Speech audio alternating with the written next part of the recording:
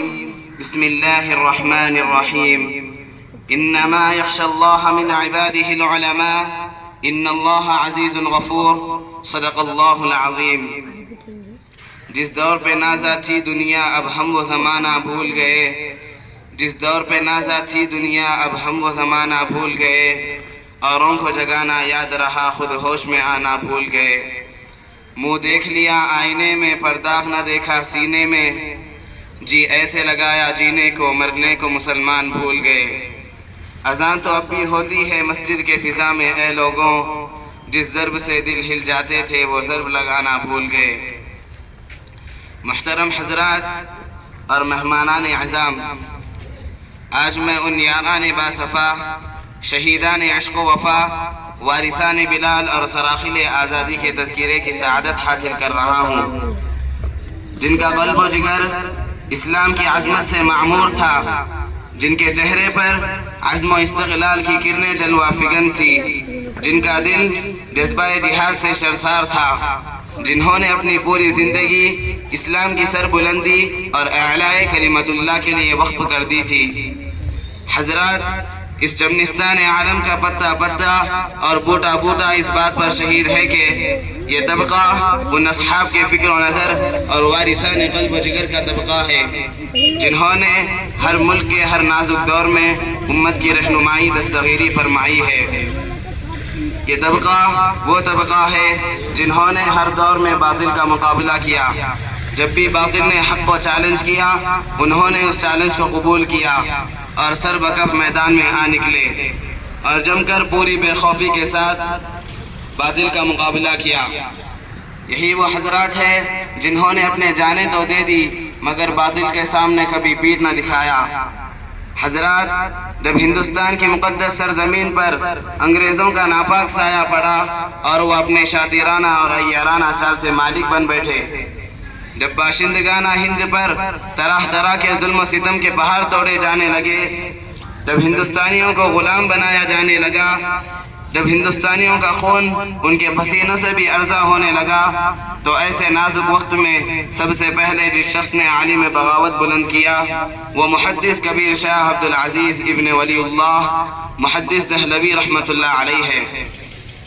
یہی وہ مجاہد ہے جنہوں نے وقت میں سب سے پہلے مسلمانوں کے نسب العین کا اعلان فرما دیا تھا. شاہ عبدالعزیز رحمۃ اللہ علیہ کا فتویٰ کیا تھا؟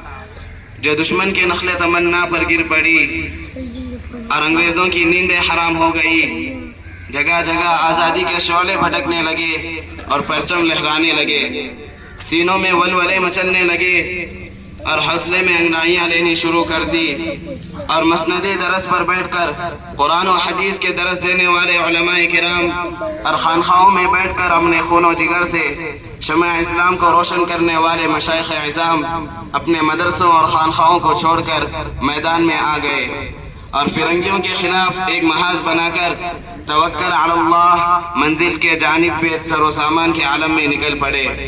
اور میں اکیلا ہی چلا تھا جانب منزل مگر راہ رو آتے گئے اور کارواں بنتا گیا. حضرات، ہندوستان کی جنگ آزادی میں اگر علماء کرام حصہ نہ لیتے تو ہندوستان کبھی بھی آزاد نہ ہوتا.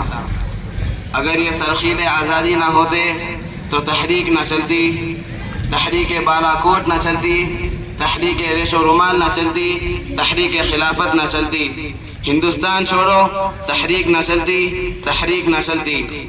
الغرض علماء کرام ہی نے اپنے خون و جگر سے خلوص آزادی کی حنامندی کی ہے اور شجر آزادی کو سینچا ہے.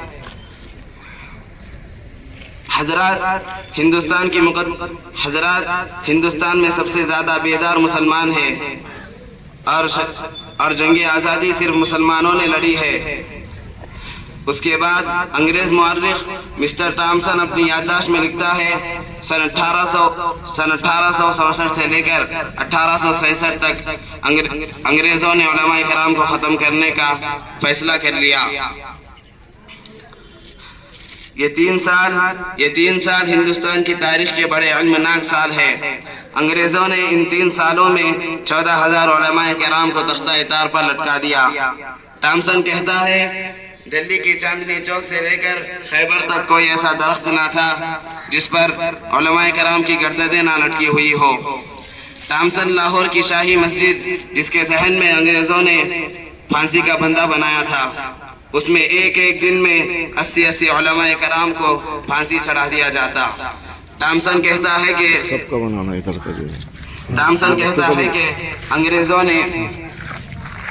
تامسن کہتا ہے کہ لاہور کی دریا وادی میں 80 علماء کو بوریوں میں باندھ کر کے ڈال دیا جاتا اور اوپر سے گولیوں کا نشانہ بنا دیا جاتا۔ تامسن کہتا ہے جب میں اپنے خیمے میں گیا تو مجھے مردار کی بدبو محسوس ہوئی اور میں خیمے کے پیچھے چلا گیا۔ تامسن کہتا ہے مجھے پیدا کرنے والے کی قسم ان میں سے ایک عالم ایسا نہیں تھا، سب نے جانے تو دے دیے، آگ میں پک تو گئے، لیکن کسی نے بھی انگریز کے سامنے سر نہ جھکایا۔ حضرات، قصہ مختصر یہ ہے کہ اگر ہندوستان کی جنگ آزادی میں علماء کرام حصہ نہ لیتے تو ہندوستان کبھی بھی آزاد نہ ہوتا۔ بس میں اسی بات سے اپنی تقریر کو ختم کرنا چاہتا ہوں۔ وآخر دعوانا الحمد للہ رب العالمین۔